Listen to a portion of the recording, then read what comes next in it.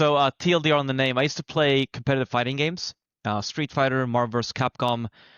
In particular, Marvel, my online name was Dr. Doom. It was actually Dr. Dick Von Doom because his name is Victor, and Yeah.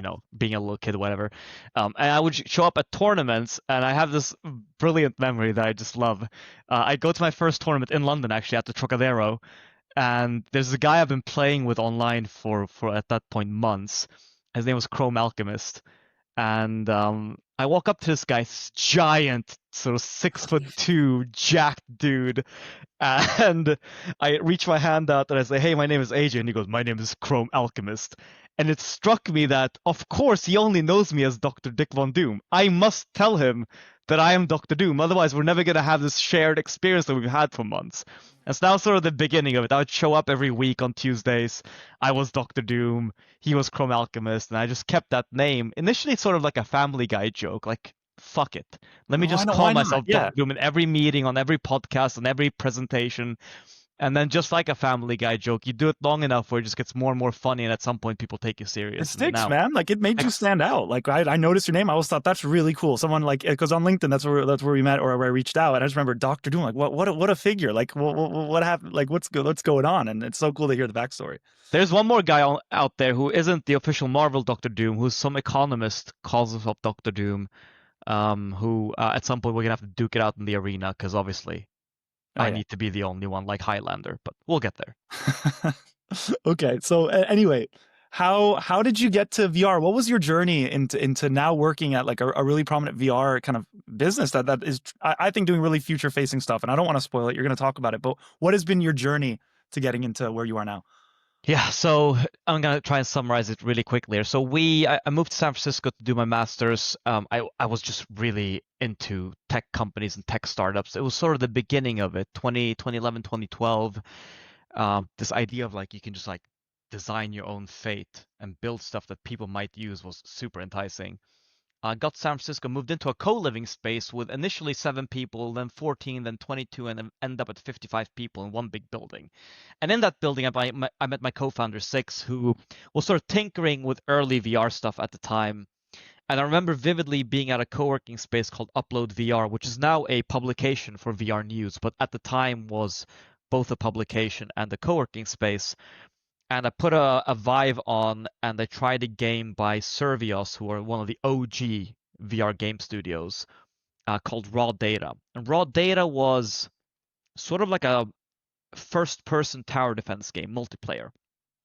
And all I remember from that was I put my headset on, I walked in, there was another kid, I say kid because I think he was 14, 15, on the other end, and he walked up to me in the game, and he reached his arm out, and he sort of virtually touched my chest in the game.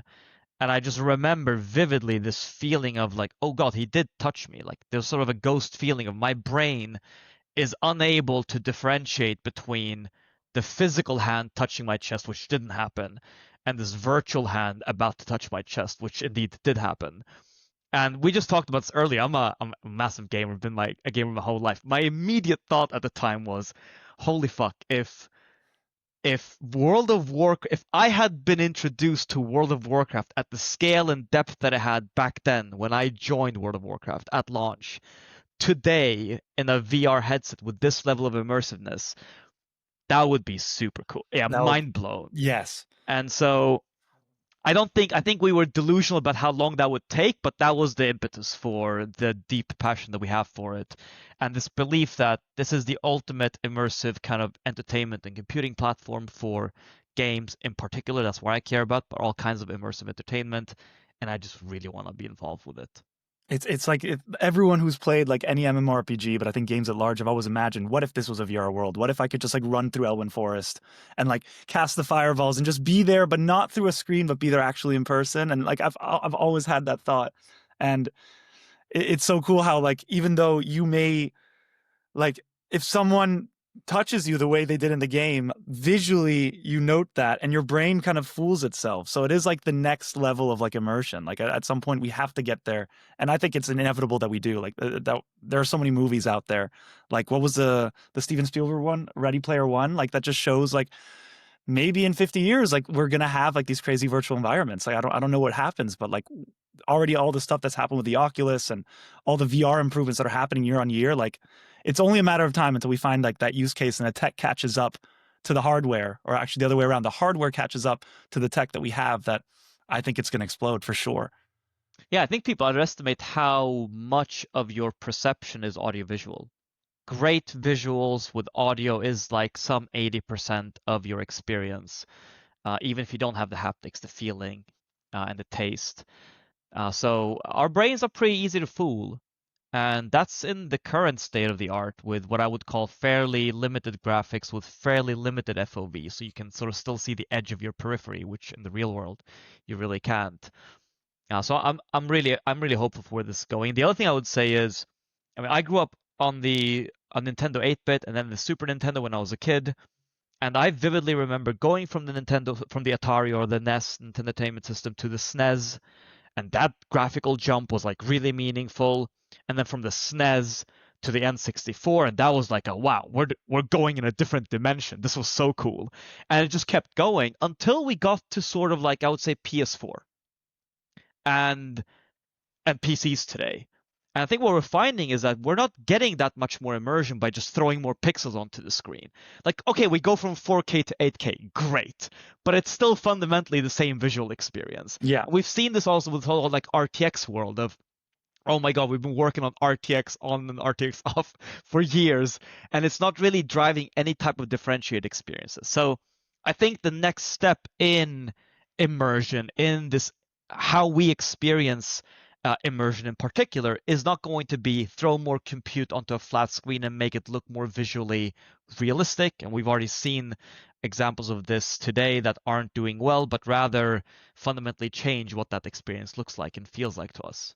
So what are the challenges right now stopping VR? Like, as someone who's interested, I've had an Oculus, I've tried it. Every time I've tried it, it's always been such a cool thing. I played that like jetpack frisbee game where you're flying through and you catch a frisbee, and I've always thought this is amazing, but just something doesn't stick. I don't know if it's maybe the Oculus interface that just kind of overwhelmed me, or what is it? Maybe that these things have to get smaller. What are the challenges stopping kind of VR? Maybe not stopping, but have slowed it down, because it was like loads of hype, right? And then Yeah, yeah, totally. it's just kind of sat there a bit, but it's still there, and I think it still has such an incredible use case. But again, what's stopping it? How old are you, Alessandro? I am 30. Okay, 35. So the way I look at this is VR is not for you and me. And I mean, I know you're a massive gamer. I'm a massive gamer. Yeah. All I do in my free time, if it's not being with my wife, I got married recently, so that's a new Oh, thing. congratulations. Thank you. Is like as much as I can. I want to play games. That's my thing. And yet, I would probably you'll find me in VR once a week, once every 2 weeks, right? Whenever there's something really cool that I want to do in VR or a game that I want to play. Rarely. Yeah. Um, and the analogy I like to use is my granddad. So my granddad, before he passed, every day he would listen to the radio. And that's not because the radio was the latest and greatest shit. That's because he grew up listening to the radio. His modus operandi was the radio. And I think that's the fundamental difference between someone like you and an 8-year-old or a 10-year-old or a 13-year-old today.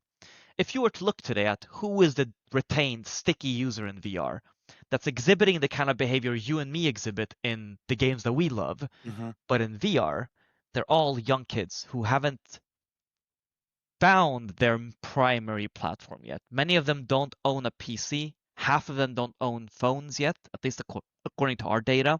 So they are young, they have infinite curiosity, no responsibilities, no set habits, and they're making their first friends in VR social experiences. The way you and I made some of our friends in the early Xfire forums, Blizzard forums. I mean, Yeah. I know that's kind of the equivalent, right? So I still play PC games because I grew up playing PC games. I will forever most likely play PC games. An 8-year-old today spends most of their time on a Quest, at least those that are in the ecosystem, and they will continue to play on their Quests and their other VR devices. And so the most helpful way to think about it is right now I would call it a population pyramid where sort of 8 to 13 and 15-year-olds, they're there, they're playing VR. And the 15-year-olds are going to age up. They're going to become 16, 17, 18. And on the back end, more 8-year-olds are born or coming into that space every day. And this group is going to expand concentrically outwards. Hmm. So 15-year-olds will get 16, 17, 18 years old, they will start pulling in their friends from the circles out in. They will pull in their siblings. 15-year-olds tend to look up to 18-year-olds. They will look at what the 18-year-olds are doing. They will mimic. Same with 10-year-olds look up to 13-year-olds. 8-year-olds look up to 10-year-olds. And so it's going to grow that way, which means we just have to be patient and let it take its time. And the last thing I would say, or sorry to No, no, ramble on about this because this please one is ramble. this one is really important. When I was a kid, I would sit in a chair like this and I would spend 10 hours a day playing games like WoW. And my parents and all the adults around me would ask me, "What on earth are you doing in front of this computer? Don't your eyes hurt? Doesn't your back hurt? I don't get it. Well, you couldn't possibly be doing anything there. Those aren't your real friends, surely." And then you listen to what adults are saying today to kids in VR. Don't your eyes hurt? Don't you get sweaty moving around all the time? I don't get it. What are you doing in this device all day long? What was a toy for me is now a mainstay in platform, and what is a toy to kids today, VR devices, will become the mainstay in platform of the future. And so I think we just forget what it's like to be 13 years old when we become adults. I haven't. I remember, and I think you remember, but many, many people do. And that's really how I feel also about like the MMORPG audience. Like we grew up with like World of Warcraft and even like before EverQuest and all these MMOs that came before RuneScape.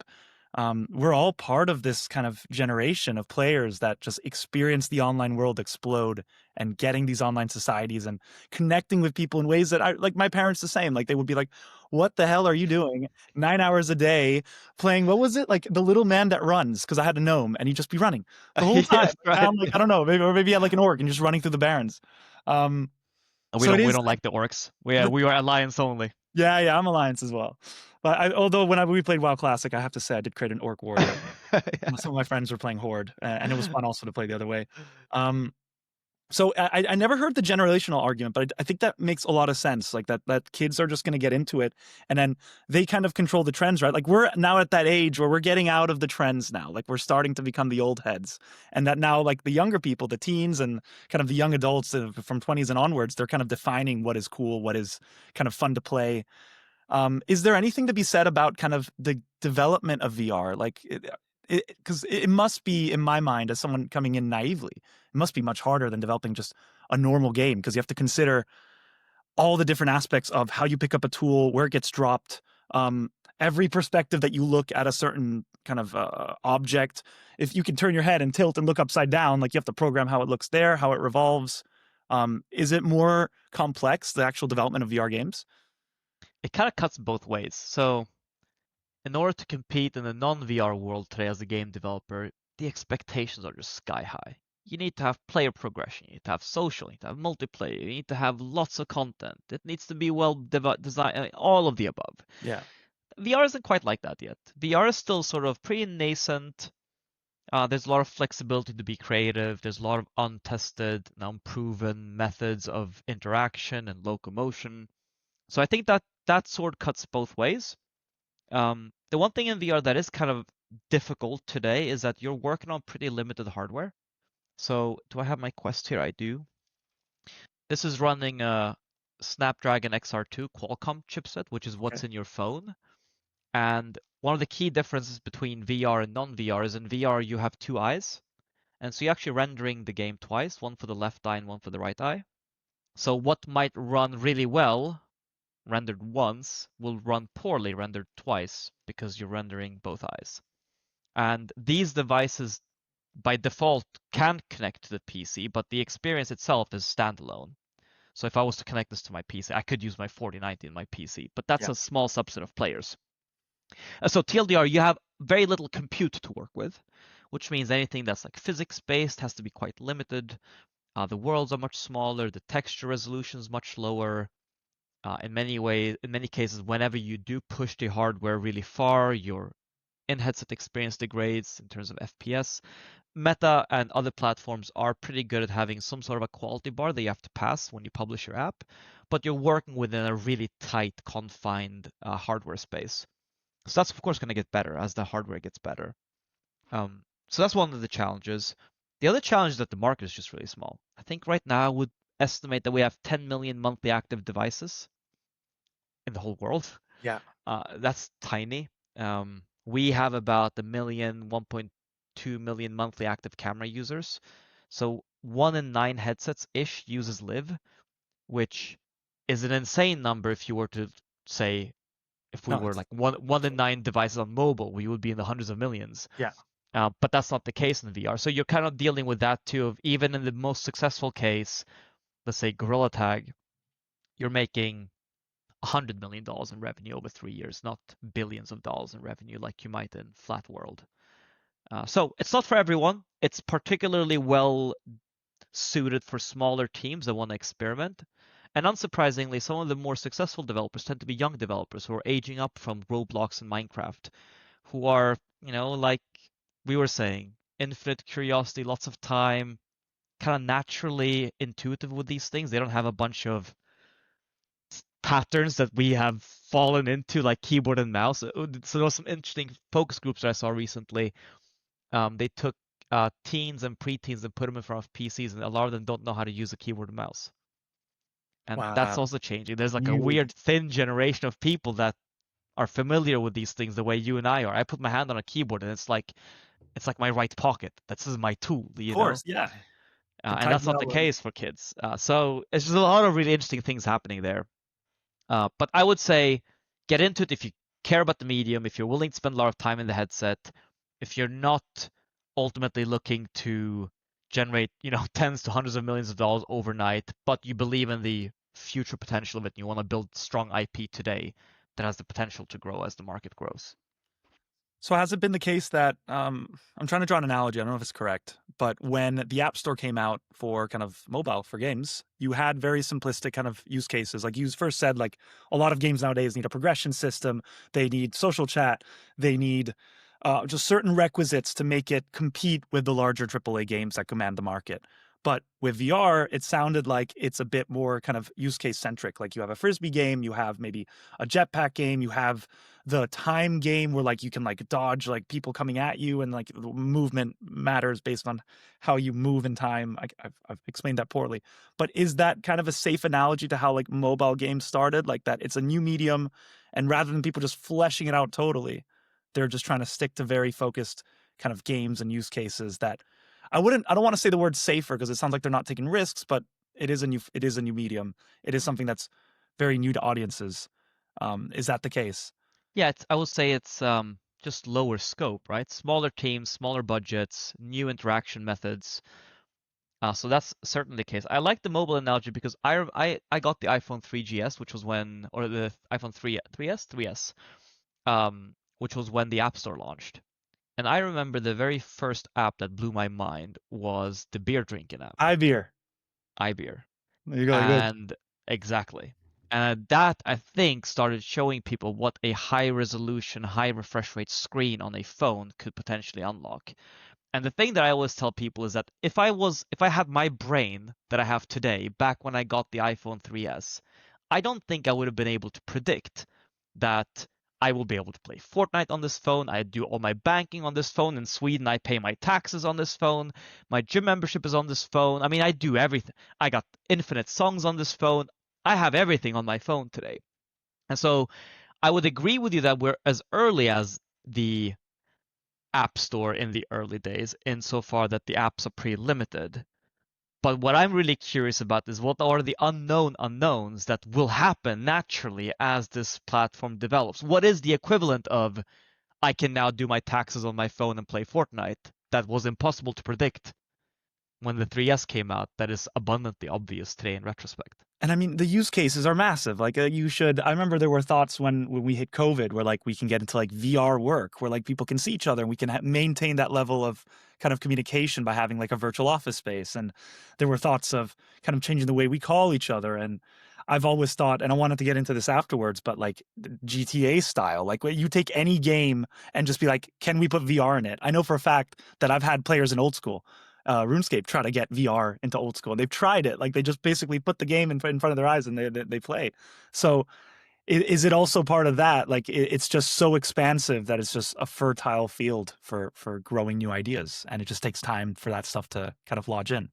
Yeah, so I mean, I think broadly speaking, I predict VR to be more like a modality. Like, I can play Fortnite on my phone, on my PC, on my console, and in the future I'll be able to hop in VR. And there's lots of VR games that start, or VR apps, including games that started in VR that are now going back into mobile and desktop, like VR chat. And one of the interesting things that we're seeing with VR chat is what I would call like the theater effect, which is on VR, for those who don't know VR chat, it's like a social hangout space in VR. You pick your avatar, you go into user-generated worlds like Roblox, and you do your thing. And what's happening there is that the people in VR tend to be like the actors in a theater piece, and everyone on phones and mobile are like the audience. And the reason for that is that in VR, well, I can control my avatar like a human. I can move my fingers and I can reach out and I can dance. I don't need to press the emote button. I am emoting. And so it changes what the experience is, not just for you who is in VR, but also the people outside observing you.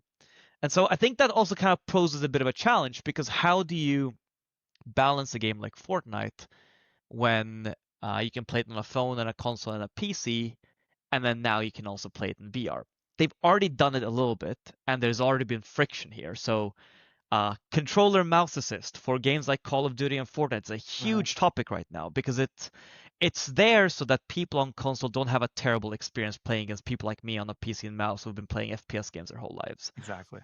But it's also clearly cheating if you were to be blunt about it. Like it's you're not that good and yet you are killing me when you shouldn't be.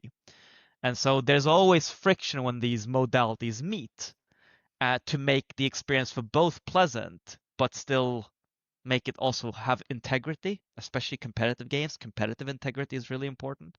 So we'll see how that plays out, but that's what I think VR is going to be overall, is another modality. Do you think people can be more competitive in VR than if they were in like a third person view? Like compare like someone in, because right now, like you say, people who are playing on console are at a disadvantage against mouse and keyboard users on something like Call of Duty or Counter Strike. But could VR, because it mimics more kind of real life and real sensations, do you see a world where people are better at Not using not VR? not in traditional games where VR is a modality. I just physically can't turn as quickly as high Exactly. mouse You with can't high move. mouse sensitivity. But I think the inverse will also be true. Games that that's not always true. It depends on the genre. Like FPS games, you're probably always going to be faster and more accurate on a mouse. But there are games like Gorilla Tag, which is the most popular game in VR today. It's sort of like a social VR hangout space where you play tag with other gorillas, and there's a competitive scene. They're now working on a mobile version, and that's a game where I can imagine you always being able to be better at the highest level in VR than you can be on mobile because the way you move around in Gorilla Tag, and we're getting into the weeds here, but this is really where the nuance Yeah. is that your hands are you grab the world with your hands to move. So you can jump off the walls and you can move with your hand on the floor. And that's a lot of really tight, nuanced input that I can do. Like, do I touch the wall down here or do I Uh-huh. touch the wall here? Do I press quickly or do I just do this? Do I use both hands? Like, all of that nuance. It's like, quote unquote, infinite nuance in how your hands interact with the world that on a touchscreen with a phone, you just don't have.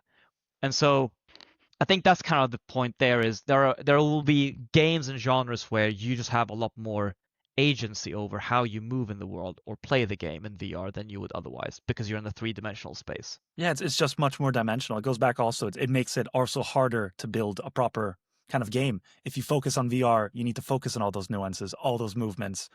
Like just patching it over onto maybe GTA 5 isn't enough because then in GTA 5 there is no programmed for your arms to move. I mean, they've kind of added that in GTA roleplay where like you can kind of move around and have custom movements. And I want to get into that because I think this is a really cool part of it. But it does just make it so much harder for a VR developer to you have to spend so much more time accounting for all these movements and all these things that you can do, even facial expressions and stuff like that, which I think the VR headset can pick up. Yeah, Um, it's I super. think I think a lot of that input stuff actually is just like from the input system itself. So as a developer, you don't really have to be like, can I move my hand like this and like this? No, you have an input system and it lets you move your hands. You'll have to figure out how the shoulders and the elbows animate so that when I'm doing this, is my elbow like this or is it like this? That's always awkward in VR. You'll see people run and they kind of look like this Look at this. because they're just using like a default IK system. So that's where like a lot of the polish goes. And then things like If I stab you with a knife, does the knife go into the body? If so, does it get stuck? If I pull it back out, is there resistance? Those deeper physics interactions make for a much better VR experience, but they're really hard to build, and therefore you only see them in a small subset of games. Yeah, man, I was just thinking that game, the what's it called? Time something time.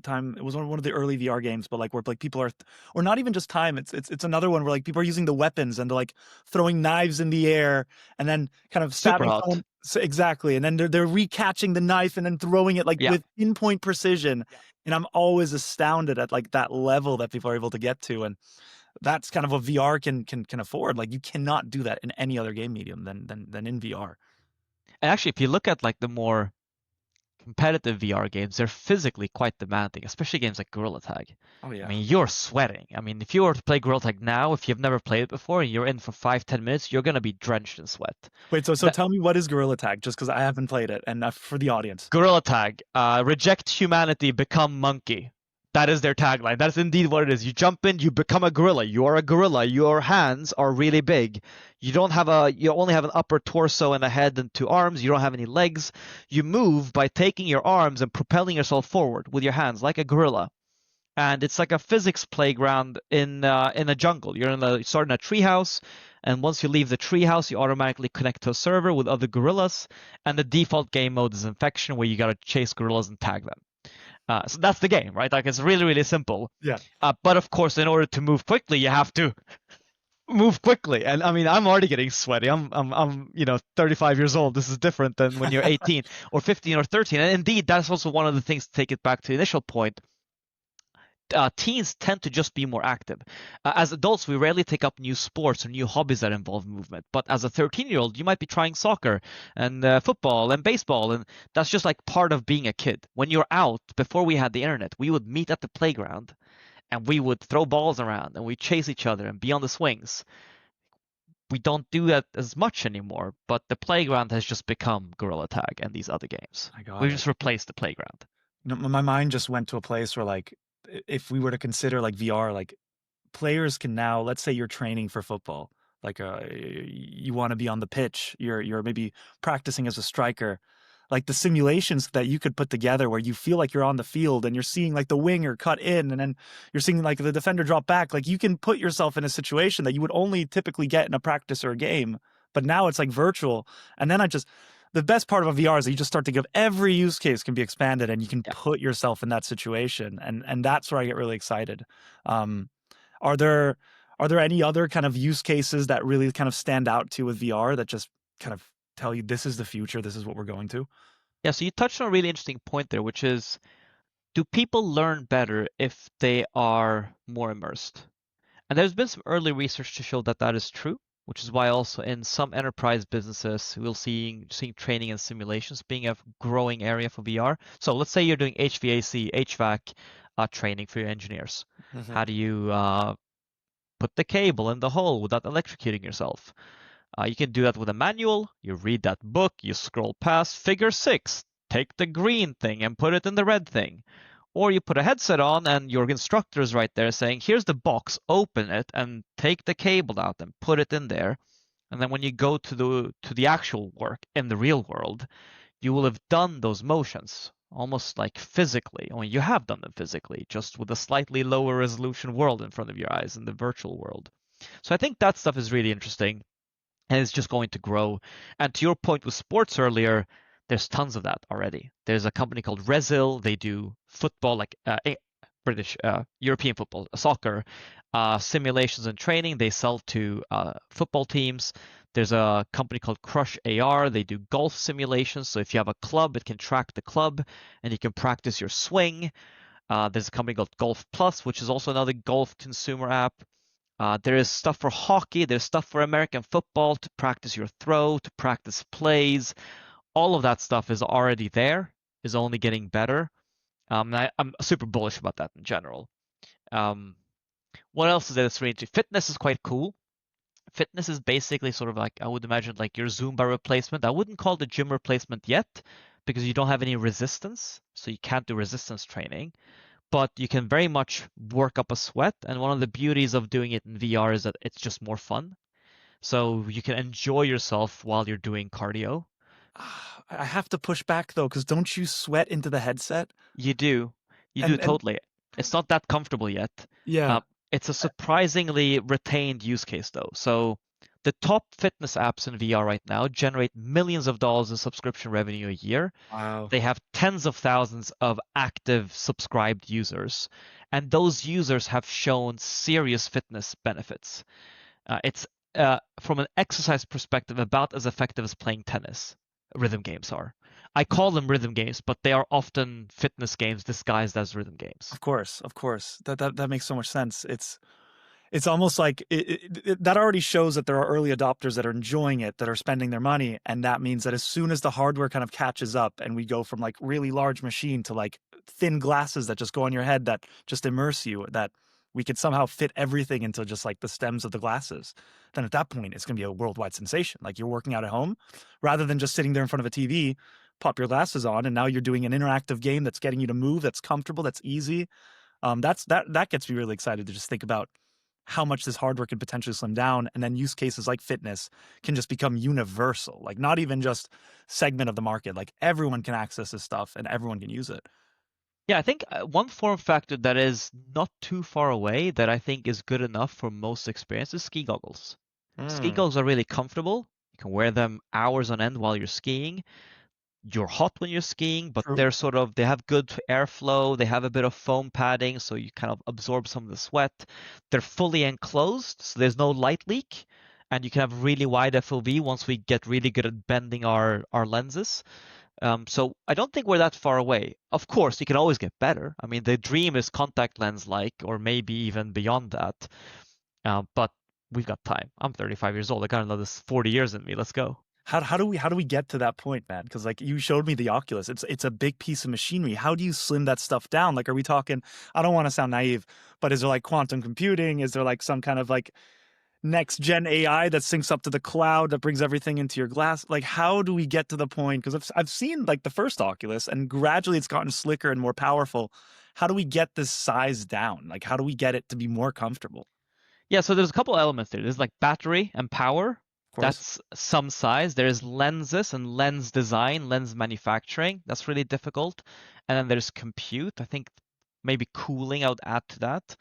And between all of those, where the state of the art is at a price point that makes sense, of course, you can throw $10,000 out of proof of concept and get something really cool, like the Orion glasses that Meta showed recently, which are just kind of like these, a little bit bigger. These are the Ray-Bans with a camera in it, Yeah.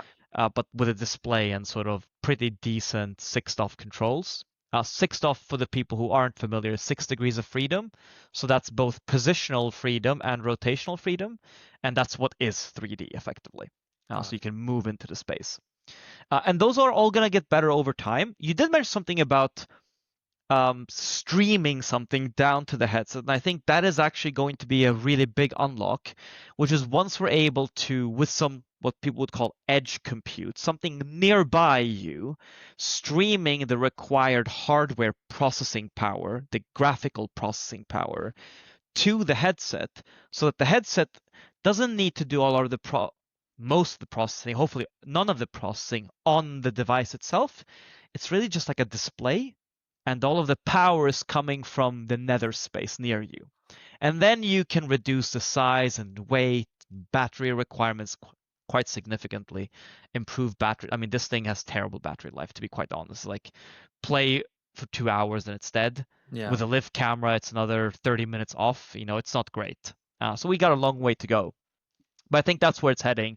And I will tell you, I will not give you any more estimates, because in 2016 I said in 5 years we're gonna be there, and here I am 10 years later, starting to get gray hairs, and we're not even fucking close. So Dude, we're not these doing things that take anymore. time, man. These things take super amount of time. Like you look at Google and Microsoft, they were trying to do their own streaming. Like you're supposed to be able to play games anywhere you want if you have an internet connection, right? They tried that. I think Google released it and it kind of semi-flopped, and they had to like scale it back.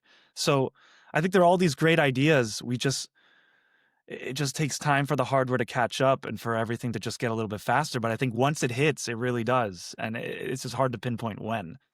The whole it takes time thing, I think there's so much truth in that. I've been thinking about this a lot, because we've been, I would almost call like delusional about the speed of where we will be. Maybe good, because if we weren't, we wouldn't stick it out. So pat us on the back for being delusional, I guess.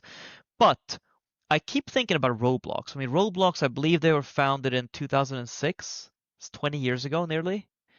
And if you were to ask people today how long have Roblox been around, I don't think most people would realize that it's been 20 years. I think they kind of think of it as an overnight success. By overnight, I mean the last 5, 6, 7, maybe 10 years.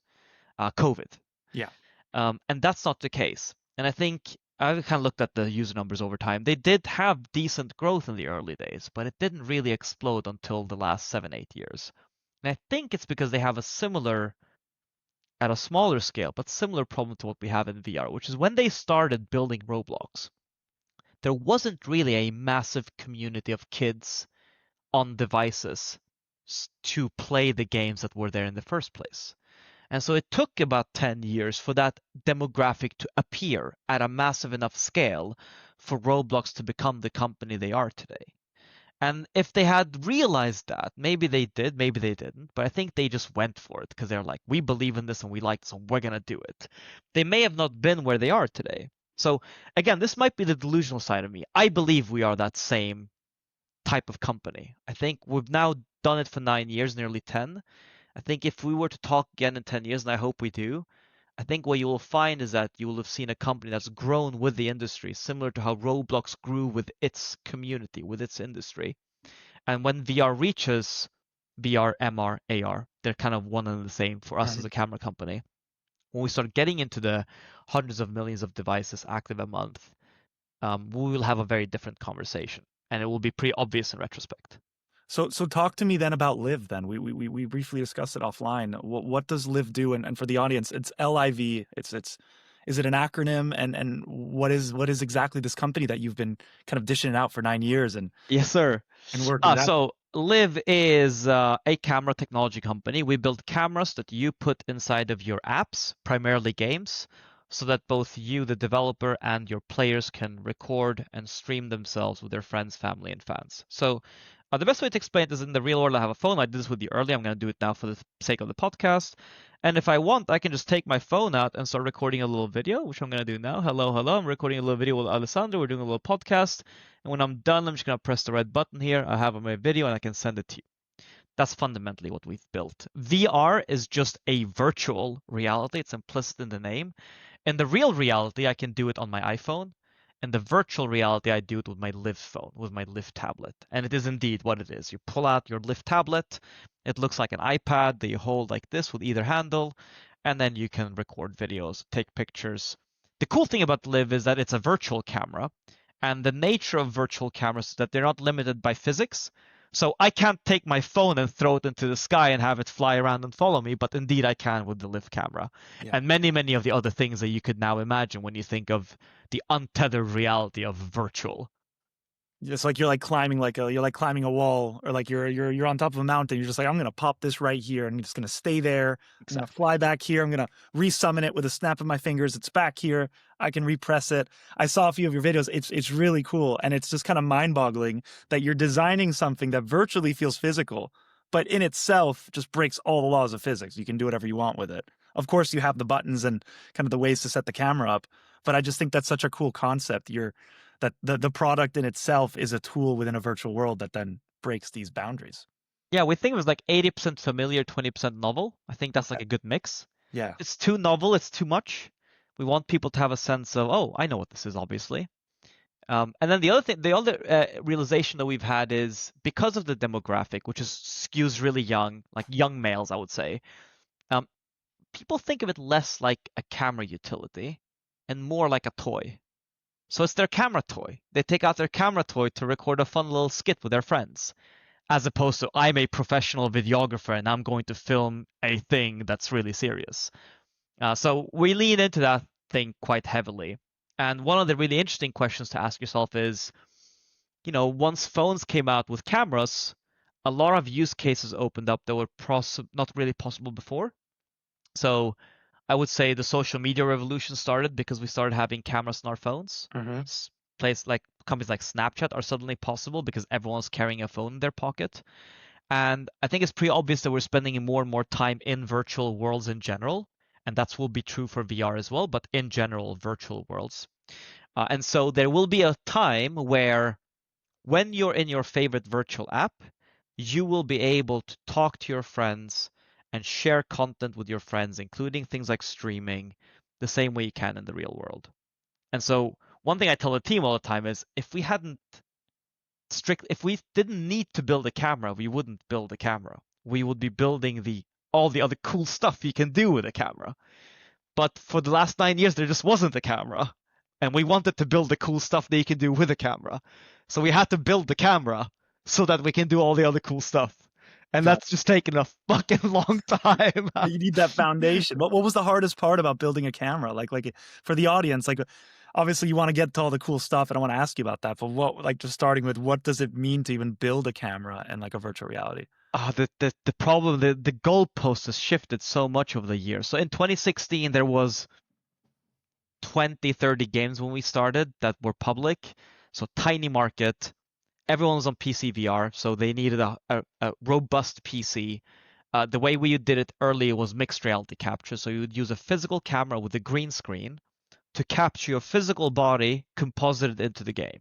So if you remember those viral Beat Saber videos where people Yeah, were playing, that's our initial tech, right? So a tiny number of users because you need a beefy PC, you need a green screen, you need a VR headset. That was a huge challenge. A small number of games to even play in. So we had to not only identify those small number of games, but we had to also integrate with them. And if they didn't want to do it, we're shit out of luck. We just don't have our camera in there. Um, so that stuff was always really, really hard. And that also meant that there wasn't a lot of money in it. I think if you came into VR when we did and you weren't able to somehow kind of cockroach it out for the first 5, 6 years, you probably died along the way. And we did see that with a lot of the what I would call our competitors or other people in this space, kind of like burning out too early. So that was also a really big challenge.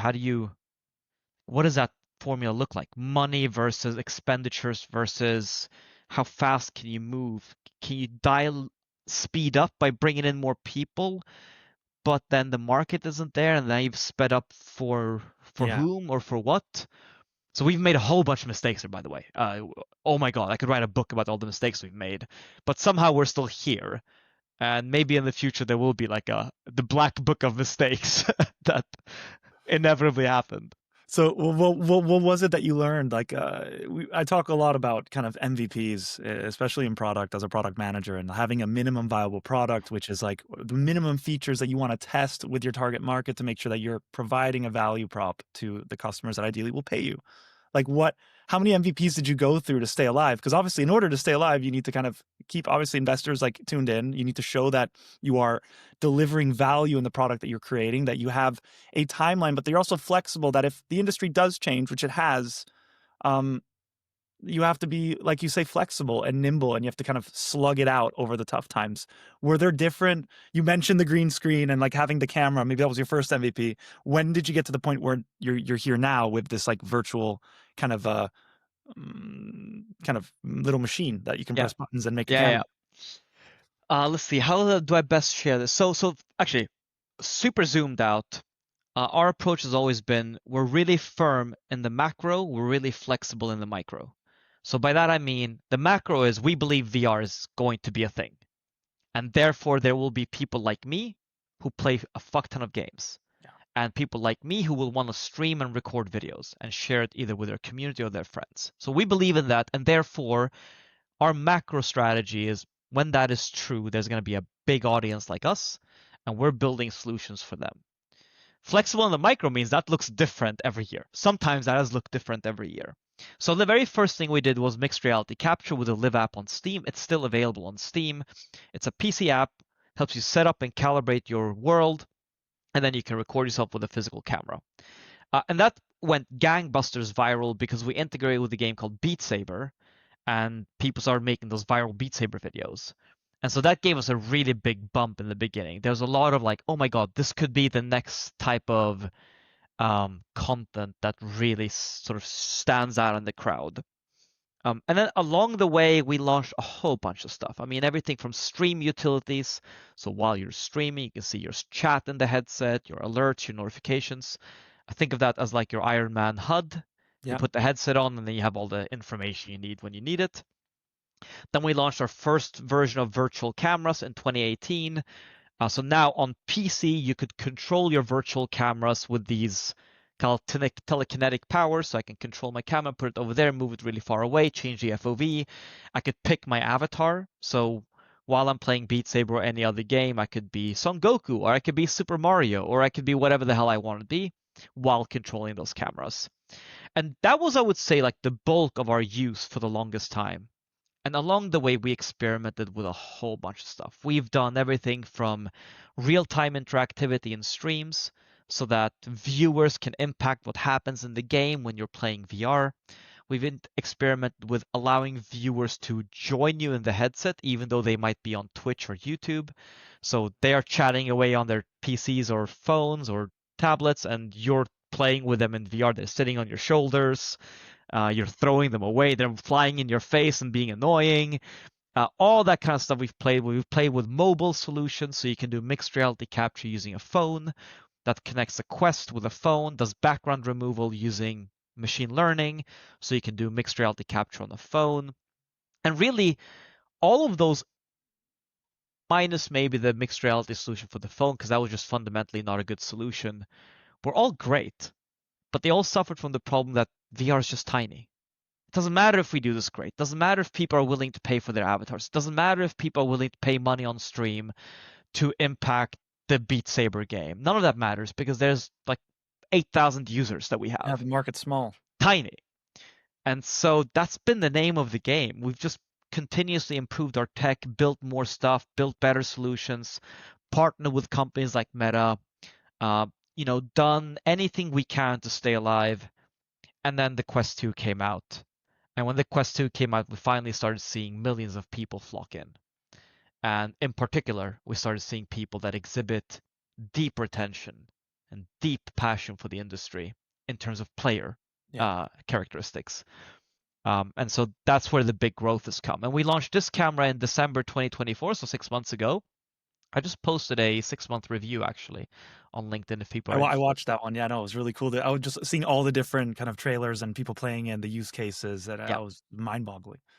cool. Yeah. So that's done really well. I mean, it's like standing on top of our own shoulders there. We've done virtual cameras for nearly 7 years now, and this is just the latest kind of packaged, optimized, all the things we've learned without any of the mistakes in a new package, cross-platform for any device, any application, any game. Add this thing in there, and now you have the most robust camera on the market so that you and your players can do exactly what we just talked about, capture and share. Man, I'm so happy for you. Like, if anything, this is a masterclass in entrepreneurship, in the trials and tribulations of going into an emerging market, an emerging industry where things can change quickly. Like, I can imagine back in I think when I wrote to 2021, that's like when VR was starting to pick up a little bit. Maybe Facebook did the Oculus. I know there was just a big hype, and then like people start riding the wave, and then the wave starts going down, and you have to stick it through. And like for the audience listening, like this is a really good example of someone like sticking to their guns, but being flexible enough to navigate this industry. And then all the learnings that you pick up when the time is right, you're ready to execute because you've seen it all, right? Like that is so important to have. I think of it as I've always shared this with the team because I've had to explain our path to new hires and people who've been with me now for 8, 9 years. Um, if you've ever played RTS games, every RTS game has one element, and that is the mini map in the bottom left or bottom right corner. Of course, And Warcraft the 3. mini map always has two things. It has key points of interest that are known to you, but they're all shrouded in a fog of war. And the way you clear the fog of war, in other words, the way you figure out what's actually at the gold mine is by going to the gold mine. And sometimes you get to the gold mine, and at the gold mine is a level 6 Elder Dragon. And unfortunately, you're only level 4 and you're shit out of luck. You got to come back later. Yeah. And sometimes you go to the gold mine, there's a level 2 goblin there, and it's too easy and too small, or there's not enough money in the gold mine. And that's what it feels like to run this company. We know what the macro is. We got to get to the gold mines. We got to get to the mercenary camp. But we don't know what's there until we get there. And very often we'll get there and either the market isn't ready or the product isn't ready or the combination of the two isn't ready, and you just have to course correct and figure out another path to the ultimate goal, which is mine the gold at the gold mine. And do you feel like I think it goes without saying, but are you still in the mindset where you have to continue to do this like discovery, this like constant learning? Like there is still a fog of war no matter what. Like now you're in a much better position. You're experiencing much more growth. There's much higher retention. The market's looking much better, much more on an uplift. But in the back of your head, is there still this thought that there are still ways to go to figure this out? Like we're still waiting for this generation to use VR more and more and for things to grow. Like, is your approach still the same to when it was 5 years ago, that you're just trying to figure it out? Or Yeah, if you were to use the fog of war analogy or the minimap analogy, we've just cleared a lot of fog of war. So the map is more known. And so I would say increasingly less so. We are increasingly searching for the right path and are more and more kind of converging on what is the right path. And that convergence today looks like we are a camera technology company. We build robust cameras and services on top, products on top of that default infrastructure camera that allows people to communicate with their friends and family. And so, if I was to use a very simple analogy, we are simply building something like the Snapchat that exists inside games. We want to make it really easy for you when you're in virtual worlds, in VR and beyond, to be able to call your friend, send a video, send a picture, FaceTime your friend, which is more like live streaming to your friend, but in world, which is way cooler because you can open up a little portal and you can see what they're doing. That's really where we get excited. And this is kind of what I was saying. We finally get to do those things. It just took a long time to make sure everyone has a camera and it's robust and the platforms believe us. And Meta wants to integrate, like all the stuff that just took so much fucking time, it took brother. so long to It get took there. so much Yeah, time. of course. And just to stick to that analogy, you can finally build. Like you've gone through the fog of war, you found the mine, you can now start building resources around it and like just start building up your base. Where before you couldn't because you just didn't know where you were. The monsters were too strong. Yeah. That's incredible. Um, how to pivot just a little bit, what about streaming? Like we're talking about cameras and like I see Twitch, I obviously watch a lot of YouTube.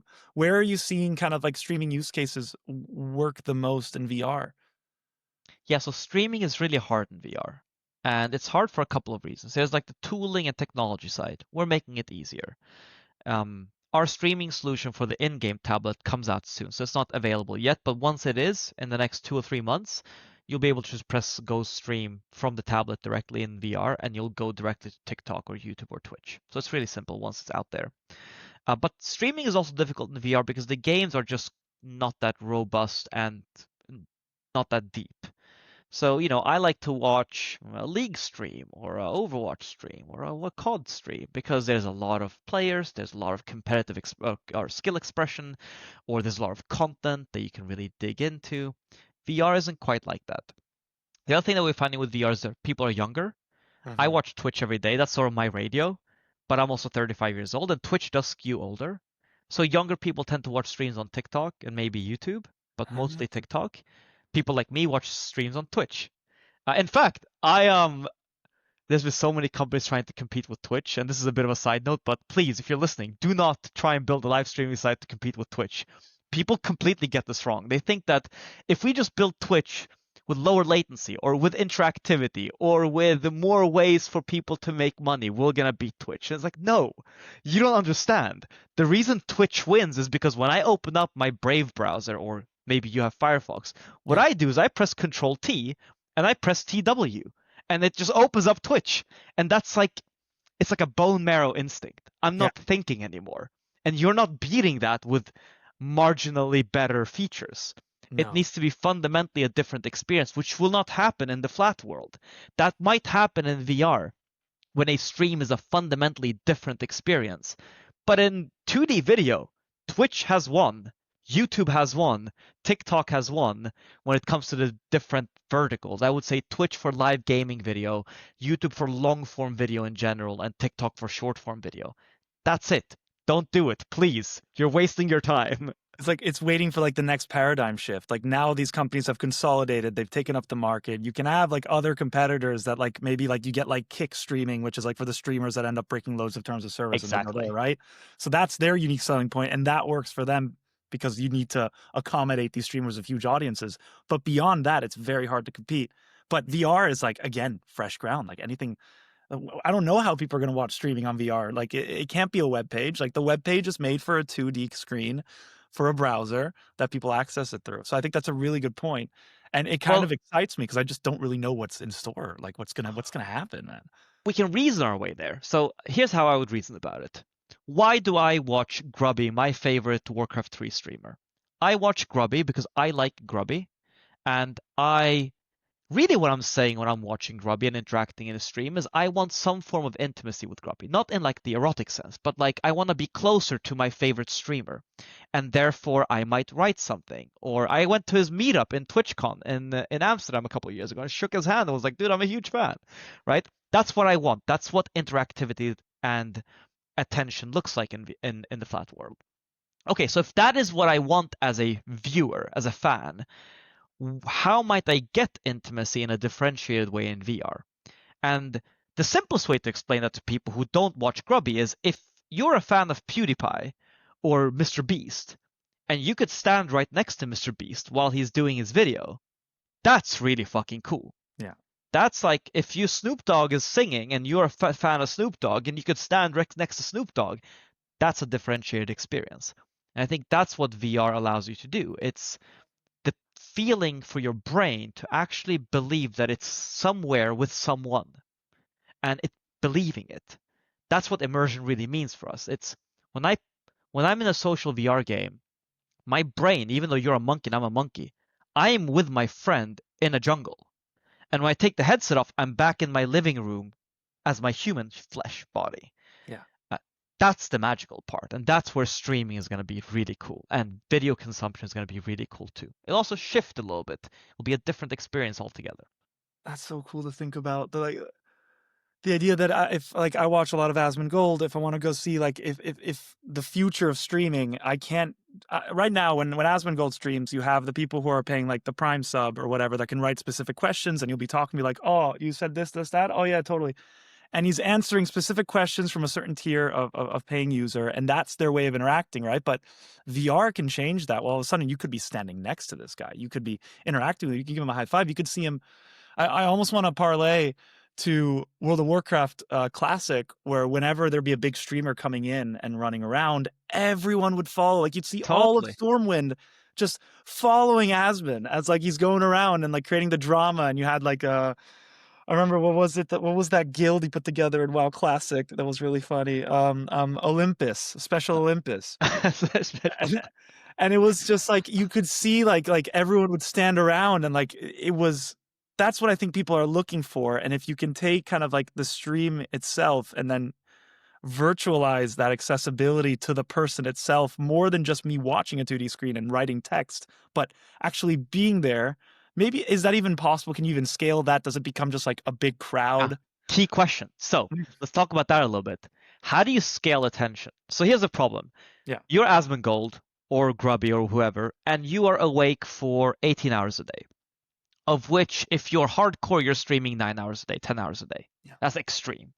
So you have 10 hours a day where, at least in real time, you can interact with your fan base. If you have 10 viewers, easy.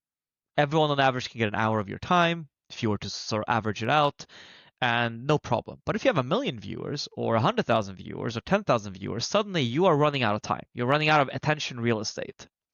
And so inevitably you are going to need to have some sort of a class-based system. I say class-based, I don't mean it that poorly, like a caste system. Of course. But this is why tiered subs do actually work, and why we will continue to need to figure out how and who do we choose who gets to be in the main server where Asmongold is actually there, and who might be in the replicated server where you're just like watching an echo of Asmongold. And that's scalable infinitely. You can have 100 servers running where there's the echo of Asmongold, and then the tier 3 subs get to be on the server. And the more that is limited, if you can only have 50 people on a server with you and everyone else is on like a copy server, well, those 50 people are the VIPs. Those are the people that will pay the most. I won't put any value judgment or a moral judgment on whether or not that's a healthy way of interacting with your audience. I think we're kind of going there, whether we like it or not. And creator paid interactions seem to be better than ad-based interactions in general. So I like that more than like spamming people with a bunch of ads, at least from a consumer experience. Yeah. But I think that's roughly how you scale it out. It's attention is limited, therefore a subset of people will get the highest quality interaction, and it will scale down from that all the way down to the people who are for free, and they I mean, might just be doing something very, very low effort. 100%. I mean, I would argue that that already happens like at sports arenas, and like you go to an NBA game and like you can pay for the seats at the back, or you can sit courtside, or you could get the VIP experience after the game where you're near the locker rooms and you're like giving high fives to the players. A lot of times when I look at like the future, I feel like a lot of it is based off just behavior that already is exhibited because we are primal animals that have kind of social behaviors as an aggregate of a community, and this stuff already appears every day. And when we look at like even just like making a Facebook or making an Instagram, like these are all hinging on deeply ingested like social habits that we've formed Totally. through evolutionary behavior, right? So in a way it's already there. It's just how do we make it feel right? How do we make it there are always going to be ethical concerns, and there's no point for us to pass moral judgment because we're just trying to figure it out. Like people are just trying to find a way to make it monetizable for the streamers, but also enjoyable for the audience. So just to add to that, like I think to a certain extent, stuff definitely already happens in a way. I completely agree with that. I always say, whether we think it's good or bad, we're status-seeking monkeys, and our internal drives and desires have not changed since we became Homo erectus like 300,000 years ago. Yeah. But our external environment is completely different. We have like smartphones and we have scaled attention on Twitter. It's like everyone is on the town square yelling together on Twitter, and it's just no, we're not built for it. So I don't know how that's gonna play out. We try our best to do our part in that. When we think about people-to-people interaction, we're not thinking in terms of feeds and likes and subscriptions. We're just thinking of it as ways to make it fun to talk to your friends, Yeah. and we're trying our very best to avoid having things like feeds, and what I would call like um, sort of like numbers driven interactivity. Like I just need more likes, I need more views, I need more followers. I think Snapchat does a pretty good job there, by the way. I think broadly speaking, people use Snapchat to talk to their friends, and it's ephemeral and it's authentic. Did you know about this, by the way? This is a fascinating concept. Did you know that Gen Z and Gen A, so the younger, the teens and preteens, they have this concept on Instagram called Finsta and Rinsta? Do you know what those I are? I'm not aware. Okay, this is fascinating. This tells you Okay. exactly what I mean. So Finsta is your fake Instagram, and Rinsta is your real Instagram. Okay, I'm with you now. So your real Instagram is where you can be yourself with your best friends. Small number of people, your parents aren't on there, your teachers aren't on there, your football coach isn't on there. And that's like pictures where you like double chinned underneath Yeah, and you like look on the towards couch eating chips and just like you just don't you like the exactly. way like when if I have to send like a best friend like me lying in bed like hungover Exactly. after a night out, like I can send that I'm comfortable. I'm not going to post that to all my followers now. Totally. And the fake Insta is the polished, show it to your employer sort of thing. So we're already seeing that happening where people understand. By the way, this is fascinating to me because I feel like people are worried about the next generation, how they're gonna be when they grow up with these technologies and social medias. I actually think they're gonna do much better than we are. Oh yeah. I think we are like the middle generation that are we didn't grow up with it, so we are struggling with it hardcore. But if we grew up with it, I hope, my hope is that we are underestimating the next generation. And to them, they're going to be well adjusted. They're going to be native. And they're not going to have fried circuits in their brain the way we think they are. In fact, Oh they're yeah. going to be way more well adjusted than what my mom is or our parents are, who just got Instagram when they were like 30. And now suddenly the whole family's on Instagram. They're like, Mhm. Yeah, posting yeah. everything. And like, it's a kind of different experience. That's my hope, at least. I might be categorically wrong on this, but I feel like that's what's going to happen. No, I think that makes a lot of sense. I think that the kids today that have access to these social tools, I think they see through it. And I think when we were growing up, we were just given like they just opened the barn door and said, "Here's Facebook.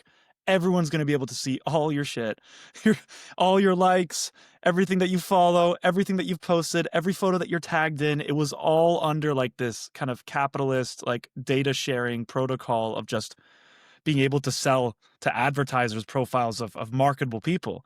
And I think we've gone through that. We've come out of it. In a way, we've learned a lot. But you can see like all these social media companies all trying to react to, we no longer want to share everything with the world. We now want to share everything with very tight group of people. Like Instagram has the close friends thing, and then it has the public. Like they've tried to address that, but young people are just making an extra account. So it kind of begs the question as well, like, can a new social media rise that kind of reflects that in a better way? I know there've been so many different examples through the years, but I don't know. And maybe part of that social media, I want to link it back to VR, because I don't know if that's necessarily related, but I don't know what's in store for all these social channels, and what does it mean to be social.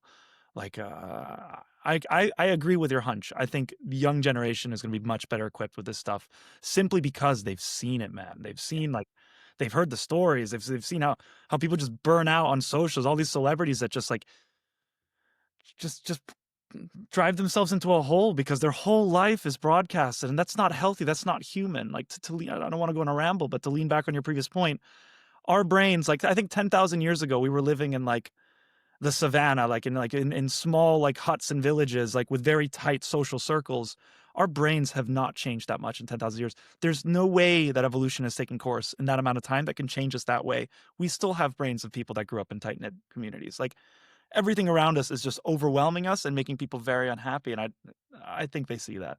I would hope so. I hope so. I believe in the next generation. I know when I was 13, I thought I knew better than the adults. And I feel like when it came to like the internet, I did. And so I'm just going to assume that the next generation is even smarter than we are. Oh, for sure. Always. Do you think VR is going to get propelled by these? Obviously, there's the advent of all these LLMs and these ChatGPTs and vibe coding and being able to prompt something and say, build me these worlds. And like going back to Roblox and kind of how they stuck it out. I often think about the future is that, from a game development standpoint, internal dev studios are never going to keep up with the power and the army of people who are willing to build for them. If you give them accessible tools that perhaps can be vibe coded or prompted or can be easily built, like, people can build their own Azeroth. People can build. You see this in GTA roleplay, which is where I kind of want to start pivoting to. But I just know for a fact there's no way we can compete. Like, as someone who works in a game studio, just the future is, in my opinion, and I've had people disagree, like producers internally in my company, but I think the future is crowdsourced people working together to build worlds that no other game studio can compete with. And they're kind of powerless to that. I mean, I would agree with that, like directionally at least. And I think people underestimate how long quote unquote modding has been around. So, I played. I can't believe people haven't spoken about this, at least from what I can tell. And I feel like I'm in every gaming corner in the world. So, Overwatch, a class-based hero shooter. The first version of that I played was a Counter-Strike 1.6 custom map, where you played Warcraft in Counter-Strike. You would pick Orc or Night Elf or Human or what's the fourth? Orc, Human, Night Elf, Dwarf, and Undead, of course. undead, of course. Yeah. And if you picked Orc, you would have critical strike, so your bullets would have a chance to critical strike. And if you picked Night Elf, you could go invisible, and the lighter your gun, the more invisible you were. And that was the sort of a proto-hero shooter, just built as a mod for Counter-Strike. Counter-Strike itself was a mod for Half-Life, and so on and so forth. Same thing with like some of the biggest genres today. Dota was a mod for Ice Frog. Warcraft. Auto battlers were a mod for StarCraft. I mean, you name it. There's so much there. Blizzard actually used to be my favorite company. Was a huge Blizzard Likewise. fanboy. Yeah. Another conversation for later, but they were way ahead of the curve when it comes to this. And they understood that players want to make their own world, so they had robust map builders, and I don't think they expected people to go as far as they did with those maps. Now, entire genres. So modding and world UGC by the community has been around forever, has been successful forever. Now you have platforms like Roblox and Minecraft where this is sort of implicit in their model. And I think that's only going to continue. And to your point, as these tools to make the worlds get better, either in the quality that we can make them, the speed we can make them, the accessibility and who can make them, of course we're going to see more volume. The one thing I would say is if everyone can make a great world, then no world is great. That is kind of by default. Sort of, if everyone's supplying great worlds, then everything is great, and therefore the level has been increased, and therefore nothing is great. So it does feel to me like the role of creators isn't just going to be that they are creators, but they are curators. Hmm. Who tells you what is good, and why are you listening to them? And this is why I feel like Jack Conte from Patreon, he said something a couple of years ago. He said creators are going to grow in importance socioeconomically, politically, and broadly speaking, economically, because they happen to have the one thing that matters a lot, which is eyeballs and attention. I used to use this example with Sweden. So I'm from Sweden, born and raised. Sweden has 9 million people. PewDiePie is from Sweden. He has 100 million subscribers.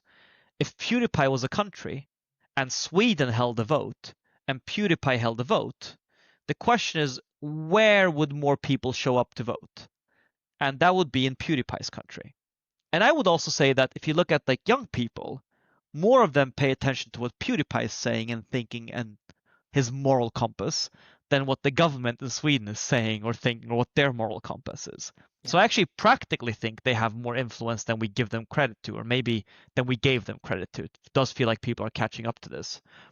So creation, important. Curation will be really important. Creators and people with audiences, therefore, are going to be really important in that equation. And I would agree with you. Modding and UGC in general will just become a standard thing that probably will exist in most games. I wouldn't say all games. There's always creative outliers. Of course. Hideo Kojima with Death Stranding just Yeah. released too, and everyone's raving about it. I mean, that's gonna remain just Death Stranding, I'm sure. Um, Although people mod shit in there too. They'll change the baby to be a giraffe or something, and there's always something people do, but it's not the same at the same scale as other big platforms.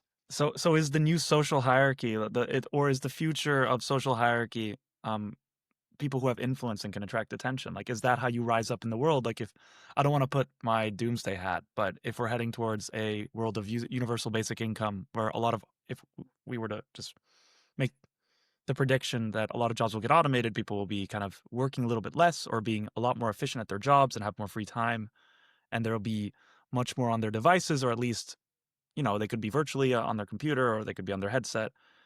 Is the future, or is the way that we rise up in the world by being an individual with ideas, with character, with personality? It's no longer just about like acquiring power through kind of business or like trying to craft a career. Like these influencers now have more power right now. Like, imagine like in a future where much more of this world is connected to these guys. Is that the new hierarchy where people are going to?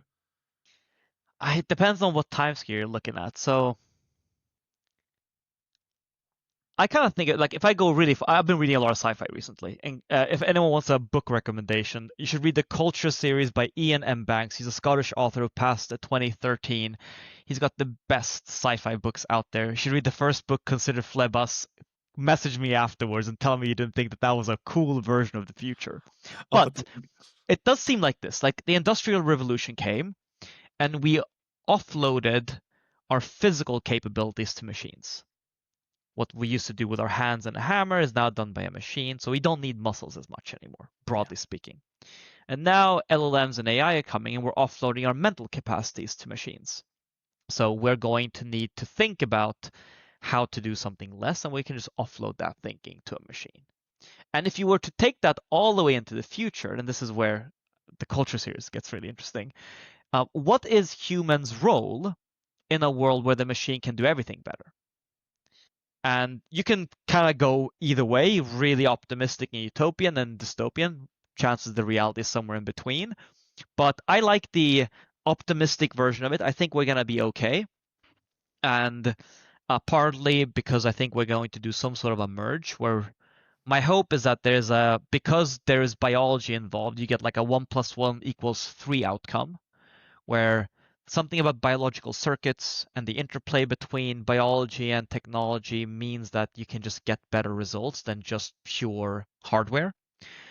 This is super out there, obviously. No, no, no, Who the man. fuck I knows, just right? want to interject quickly. I mean, you saw Peter Thiel that got asked by the interviewer if he thinks the human race will endure, Oh, and he said yeah. He said no. he struggled to answer that Yeah, question. He basically said, I don't think they like. He kind of said yes because he could feel like the interviewer also got a little tense. He's like started joking, like really, but like I could see. I I don't want believe to in get into humanity. I'm not that doomsday. I yeah, really think we're gonna exactly. figure it out. And I think you can align machines to, broadly speaking, want the best for humans, even if it doesn't drive the most utility. Um, so from the machine's perspective, that is, of course. The other thing that I would say is like when the Industrial Revolution happened, we didn't see positive outcomes immediately. Like the level up of our average life quality took 30, 40 years before it really happened. And in between, there was a lot of displacement and people losing their jobs, people having to reskill and refigure out their place in society. I think that's likely going to happen here again. One thing that I didn't expect was that knowledge work would get replaced before on knowledge work or like blue collar work. I always thought it was the opposite. Like we're probably going to automate plumbing before we're going to automate coding. 100%. Yeah. And I told all my younger cousins and all my nieces and nephews, you should go do coding degree. And now 5 years later, I'm like, I'm so sorry. Are you kidding me, man? Yeah. How dare you tell me that? So yeah, so I mean this is sort of like the emergent behavior of these technologies. Sometimes it can be really hard to predict. We went really wide there, but I feel positive, and I think we're gonna see more people create. At some point, we're gonna see more people curate, and it'll take a while to standardize and normalize before we all see the benefit of it. But I think broadly speaking, it will be good for humanity. 100%. I want to touch back then on GTA roleplay Yes. because I do think it is honestly one of my most favorite things to watch because if human beings in real life are limited, like not everyone can have a Lamborghini, not everyone can shoot a rocket launcher out of like a moving helicopter, not everyone can role play and be whoever they want, from a doctor to a mob boss to a politician, and then take out hits. And it's like when we were kids and we would play cops and robbers or something, and like Yeah. you'd be running around. I don't think we ever stop being children, and I think we always harbor this need to play. And when you look at something like Grand Theft Auto roleplay, to me, it's the early seeds of an MMO. I think it's there, and I think Rockstar should definitely do something about it. But beyond that, uh, and I want to connect this back to VR, I think there's so much potential for the future of virtual worlds that empower humans to do things socially, to do things that they couldn't otherwise do in a social context and be someone that they're not. It is, I think, such an intoxicating combination. And you just see that by like these early kind of 5M um servers, and I'm just like, this is the future. When I saw it the first time, like, this is it. Like, there's Yeah. no other way, right? Yeah, I mean it's great content. And actually you're touching on something that I would call the most bullish case for VR. People don't like to hear this, but I would agree that one of the most bullish cases for VR is that most people live in really shit places, and VR gives them an escape. And typically, people who fight against this idea are people who live really healthy, good, nice lives. Like, that's such a bad thing to say. How could you say that about people? This is a bad solution for it. Like, yeah, that's when you have the luxury of not experiencing a bad life, that's how you're thinking about it. But if you are living in a place that's boring and dull, maybe your life isn't great, having any type of escape can maybe not always positive, but it certainly can be helpful. And there are worse escapes out there. Certainly with like drugs or other stuff that people will seek. People will seek an escape regardless. TLDR. So I think VR has a bigger place in society than we think. I agree with you. I think the stuff like GTA, I mean 5M got acquired by Rockstar. They're not part of the team. So I think you're right in that they're probably planning something bigger. GTA 6 looks like it might have seeds of that.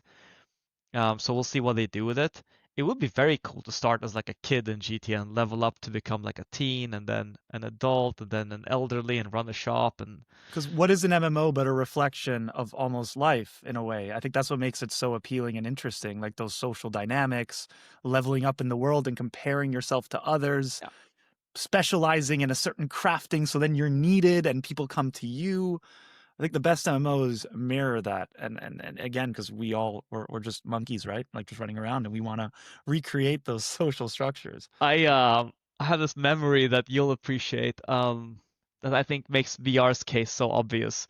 I remember we were part of the guild that did a server first kill of Ragnaros, and I'd saved up all my DKPs, Dragon Kill points, for the Perdition's Blade, and it dropped, and I obviously spent all my DKP on the Perdition's Blade, and I fucking remember walking into Ironforge and standing on top of the mailbox. This was before they'd updated the design for it, the model for it, so it was just Yeah, like yeah.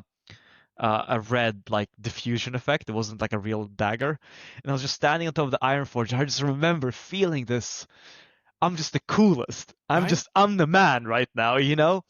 And the cool thing about VR is you are holding the fucking sword in your hand. Yes, You you know, you have get it. the Bloodfang shoulders, they're on your shoulders. It's just a fundamentally different attachment to your character and to the assets that you've acquired. So I mean, again, as a gamer and as a fan of these things, I'm super bullish. I think it just gives it an extra fucking Yeah, edge, dude, you you've know? made me bullish, man, on this Yeah. stuff. Like I'm getting excited just hearing from you. Like it's coming. I don't see how it can't not come because I think everyone experiences this. I think that's why a lot of people play MMOs. Why a lot of people try to grind it out to get a piece of gear, which fundamentally means nothing. And you could go play in a private server and you could have that same thing. But and I don't want to jump into WoW hardcore because it becomes a whole other thing. But like when you're playing like a game mode like hardcore, where like your death is you don't have infinite deaths. If you die once, you lose everything. Having a blade like that is even more important now because for someone to get there, you have to go through all those like near death moments and you have to survive through so many different situations that it's just much rarer. So again, it's the possibility of exclusivity and feeling more than what you are, which I think all humans are allured to because we are social status chasing monkeys. Like I don't want to say it, like, in a way that's what we're looking for inherently. That's how we're wired. Well, one thing I would disagree with a little bit is I don't think it doesn't matter. So I feel like we want to make friends, we want to seek acceptance in the group, Mm. not for good or for bad, just because that's how it is. And a community is just like a collection of people that care about the same thing. And that might be a game like World of Warcraft. That could be any kind of environment in games. Sometimes it's not even games. It could just be like a Discord server. People share art. And we seek the companionship of those people in that community. And the shoulder pads are just a way to signal to someone that if you care about the Bloodfang shoulders like I do, you should come talk to me. And we might become friends. And I mean, I made so many friends in games online that end up meeting in real life and then became like lifelong friends. So I don't want to discount it all as like meaningless. I mean, would you have gained more value if you spent all that time grinding, learning how to code, or I mean, coding probably a bad example today, although still valuable, of Still course, not valuable, saying man. yeah. Yeah, sure. But anything that's like real value, sure. But then also, some of the most successful founders I know today, some of them run billion-dollar companies. They were all hardcore gamers. They played WoW with me and or any MOBA with me, and I remember it. So like, I don't know. I'm not ready to pull a line in the sand and say this is good, this is bad. No, 100%. I think more my point is that like I'm a little bit jaded because watching how retail WoW kind of evolved and transmogs, I feel like if something Yeah, is exclusive and if something is gained, you should have it.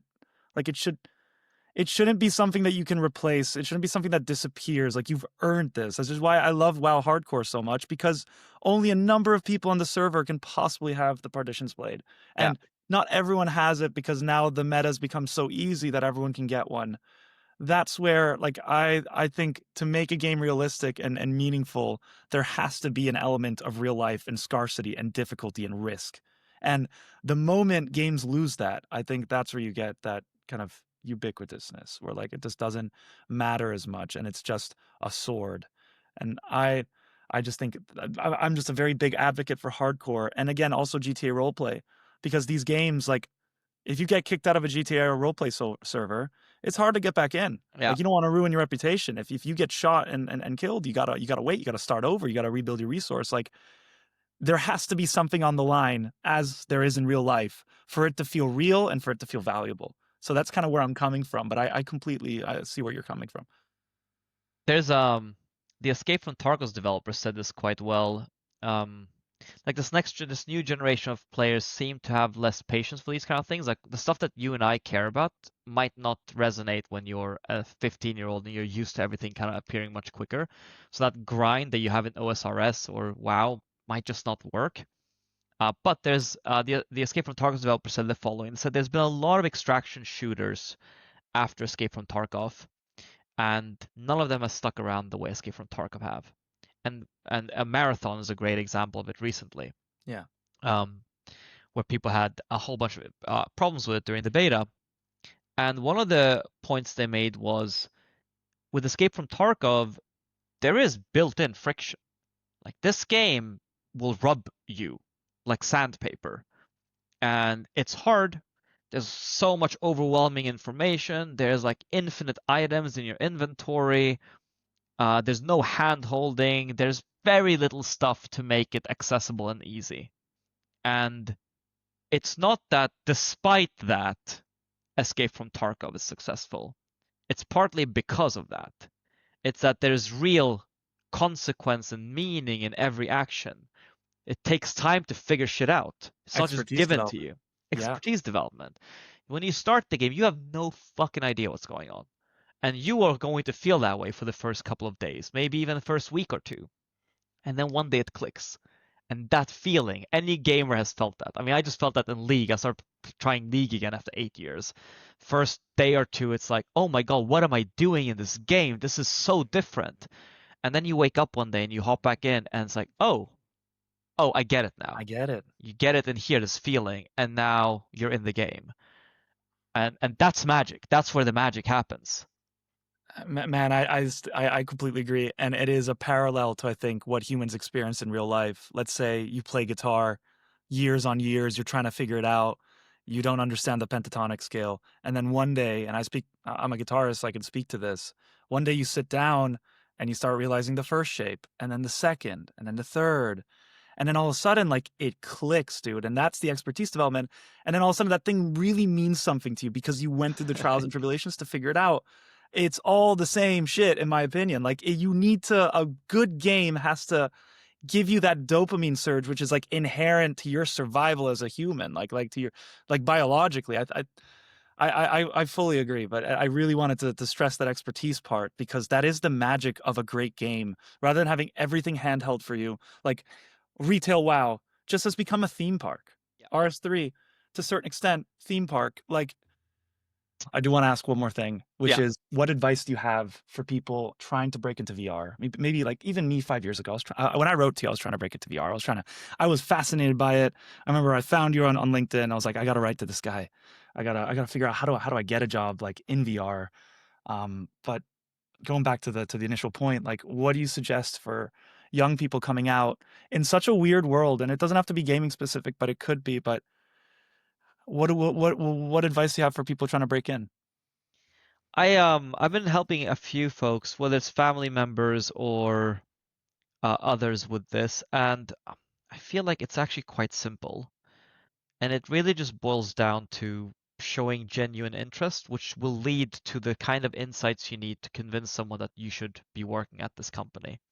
Whether that's you're a copywriter or an engineer or a product person, the simplest and best thing you can do is de-risk the decision on the recruiter's side to speak to you or the hiring manager's side to hire you, in this case, me, who hires on our behalf.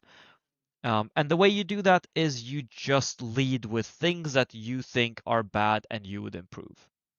And we don't mind. We want to hear the bad feedback.